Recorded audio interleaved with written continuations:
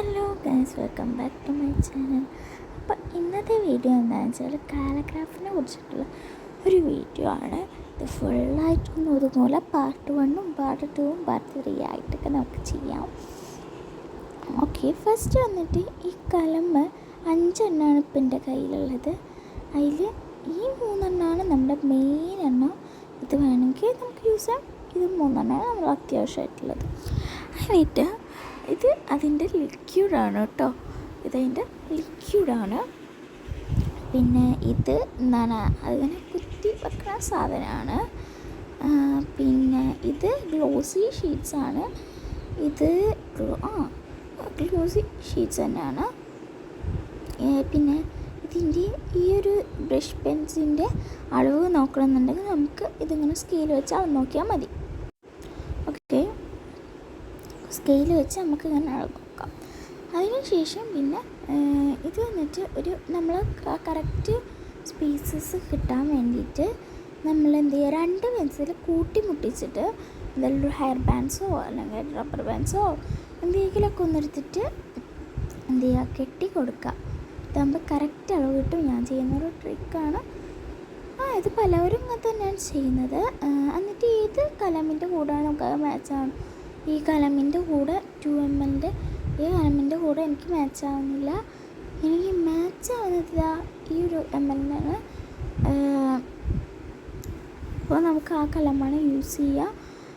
പിന്നെ എന്തായാലും ഉള്ളിൽ നമ്മളിവിടെ എഴുതാൻ പോകുന്നത് ആയത്തുൽ കുർസിയാണ് കേട്ടോ. അപ്പോൾ അതെല്ലാവർക്കും മനസ്സിലായി തോന്നുന്നു. ഓക്കെ, ആദ്യം നമ്മളൊരു ഗ്ലൂ എടുത്തിട്ട് ഒട്ടിക്കണം. ഞാൻ ആദ്യം ഇവിടെ ഒരു മിസ്റ്റേക്ക് ചെയ്തിട്ടുണ്ട്. ഒട്ടിക്കേണ്ട ഭാഗത്തല്ല പക്ഷെ തേച്ചത് ആദ്യം നമ്മൾ പിന്നെ ഒരേ കളറാണോ നോക്കണം കേട്ടോ. ഗ്ലോസി ഷീറ്റ് എനിക്ക് A4 ഷീറ്റ് എടുക്കാം കേട്ടോ. ഗ്ലോസി ഷീറ്റ് ഈ കലമിൻ്റെ കൂടെയുള്ള കിറ്റിൽ കിട്ടും. അപ്പോൾ ഞാൻ ഒട്ടിക്കേണ്ട സൈഡിലല്ല ഒട്ടിച്ചത്. അപ്പോൾ അതാകെ ഇതായിപ്പോയി. പിന്നെ അത് ഞാൻ റെഡിയാക്കി കേട്ടോ. അപ്പോൾ ദാ ഇങ്ങനെ നമ്മൾ സെറ്റ് ചെയ്തുകൊണ്ടിരിക്കുകയാണ്. ഇത് പക്ഷേ എന്താ പറയുക, ഇങ്ങനെ ഒട്ടിച്ചാൽ നമുക്ക് സർക്കിൾ വരയ്ക്കാനും അതിനൊക്കെ ബുദ്ധിമുട്ടാവും. പിന്നെ ആലോചിച്ചപ്പോഴാണ് മനസ്സിലായത് കേട്ടോ. പിന്നെ അത് ഞാൻ എന്ത് ചെയ്തു, പക്ഷെ വീണ്ടും എടുത്ത് ഒട്ടിക്കാൻ തുടങ്ങി. അതുണ്ടോ, മറ്റേ സൈഡാണോ എന്ന് ശ്രദ്ധിച്ച് വീഡിയോ ഒന്നും കൂടി പോസ് ചെയ്തിട്ട് നിങ്ങൾ നോക്കി നോക്കുക. അപ്പോൾ മനസ്സിലാവും കേട്ടോ. അപ്പോൾ നമ്മളെന്ത് ചെയ്യണം, ഇതിൽ എന്നിട്ട് ആ പേപ്പർ ഒട്ടിച്ചതിന് ശേഷം നമുക്ക് അത്യാവശ്യം ഒരു വലിയ പേപ്പർ കിട്ടും. അതിന് ശേഷം നമുക്ക് ഒരു 15 സെൻറ്റിമീറ്റർ അളവിൽ നമുക്ക് ഒരു സർക്കിൾ വരച്ചു കൊടുക്കുക. 15 സെൻറ്റിമീറ്ററിൽ നമുക്ക് വരയ്ക്കാം. പിന്നെ ഒരു 10 സെൻറ്റിമീറ്ററിൽ വേറൊരു സർക്കിളും വരയ്ക്കാം. പിന്നെ അത് കഴിഞ്ഞതിന് ശേഷം ഒരു 9 സെൻറ്റിമീറ്ററിലും നമുക്ക് എന്ത് ചെയ്യാം, സർക്കിൾ വരയ്ക്കാം കേട്ടോ. അതാണപ്പോൾ എൻ്റെ ഓർഡർ പറയുന്നത്, നമ്മുടെ ഷീറ്റിൻ്റെ ഓർഡർ പറയണത് കേട്ടോ.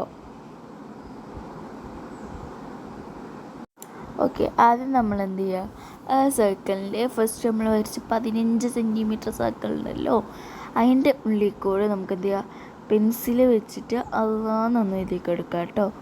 അള്ളാന്ന് എഴുതി കൊടുക്കുക, അള്ളാന്ന് എഴുതി കൊടുക്കുക കേട്ടോ. അപ്പോൾ നിങ്ങൾക്ക് അതിൻ്റെ ക്ലാസ് ഉണ്ടാവും, അപ്പോൾ ശ്രദ്ധിക്കുക. ഞാൻ ഡീറ്റെയിൽ ആയിട്ട് വേറൊരു വീഡിയോ ഇടാം.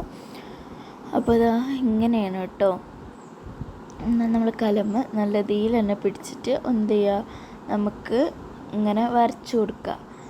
അതിന് ശേഷം നമ്മൾ സെൻട്രലായിട്ട് നമുക്ക് എന്ത് ചെയ്യുക, ഒരു അലിഫ് ഇട്ട് കൊടുക്കുക കേട്ടോ. അലിഫ് നമ്മൾ നേരത്തെ വരച്ച് ഒരു ചെറിയ ഒരു സർക്കിൾ ഉണ്ടല്ലോ, ആ സർക്കിളിൻ്റെ ഉള്ളിലേക്ക് അതിൻ്റെ വാലെത്തണം, അങ്ങനത്തെ രീതിയിൽ. എന്നിട്ട് അതിൻ്റെ ഉള്ളിലേക്ക് കറക്റ്റ് ആ റൗണ്ടിൻ്റെ ഉള്ളിൽ ഒതുങ്ങുന്ന രീതിയിൽ എന്ത് ചെയ്യുക, ഈ ഒരു ഒരു ലാം വരക്കുക. എന്നിട്ട് നമുക്ക് എന്ത് ചെയ്യാം, അത് ലാമലിഫ് ഇട്ട് കൊടുക്കാം. എന്ത് ചെയ്യുക, ലാമലിഫ് അല്ല സാധാ ഒരു അലിഫ് ഇട്ട് കൊടുക്കുക. എന്നിട്ട് ഒരു എന്താ പറയുക, ഒരു ലൈൻ വരച്ചതിന് ശേഷം അതിന് മീമ് പോലെ കൊണ്ടുവന്ന് അതിനെ അതിലേക്ക് കൊണ്ടുവരാം. മനസ്സിലായോ? അതാണ് അവിടെ ഉദ്ദേശിക്കുന്നത്.